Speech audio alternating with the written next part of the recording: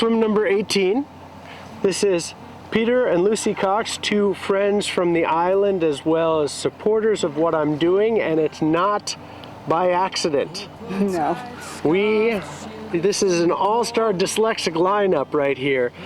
Peter and Lucy are not only dyslexic, but married dyslexics, which is relevant to my life because I'm also married to a dyslexic. But I wanted to thank you for the opportunity to join me and tell me a little bit about your stories. Tell me if you would, I mean, you both came from interesting backgrounds. Tell me the discovery of your dyslexia, the experience in early education.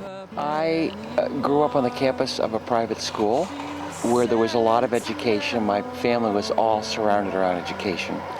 So my parents had me working with a woman when I was probably in the second and third grade. And I remember going into Boston to be tested by special learning disabled people, I think a Dr. Cole. And I remember being so frustrated trying to answer these questions on the exams. I just gave in and I just started checking off boxes, and the people giving the tests did not react to that. They understood. But so that gave them sort of a learning point. And I remember having to go to sort of a reading class by myself with a woman at this private school from 8 to 9 in the morning, and then arriving at elementary school late. And it was suggested that I repeat the third grade, and I watched all my friends move forward, which was very difficult. And I just remember struggling in school, and instead of sitting in the front of the class, I was in the back of the class looking out the window. Yeah, I actually went to a private Catholic institution from third grade to 8th grade, and the nuns, God bless them, they weren't teachers. They didn't know how to deal with me at all, so they basically told me not to go to class. And so not only was I feeling isolated in my head because I was dyslexic and couldn't communicate, my brain was going 100 miles an hour, but I had no language. I was also ostracized from my class because the only class I went to was religion, art, and theater, which I excelled at, and sports.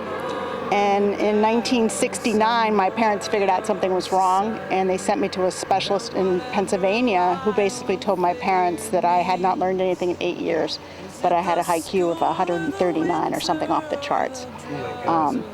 Yeah, it was really scary, and my parents didn't have the foresight to realize that a public school system probably would have been the right thing for me, so they shipped me off to boarding school at age 12, and although that was a difficult experience as well, because at night I would be in tutorials and I would not be out socializing with everybody. So again, I was really, really, really isolated and felt really alone and didn't quite figure out what was going on. But I had some great teachers that spent a lot of time with me. And I was able to kind of crawl out of it slowly. And you know, they didn't give me the techniques and the tricks that you can get now. But as Peter says, a lot of what I learned was through repetition.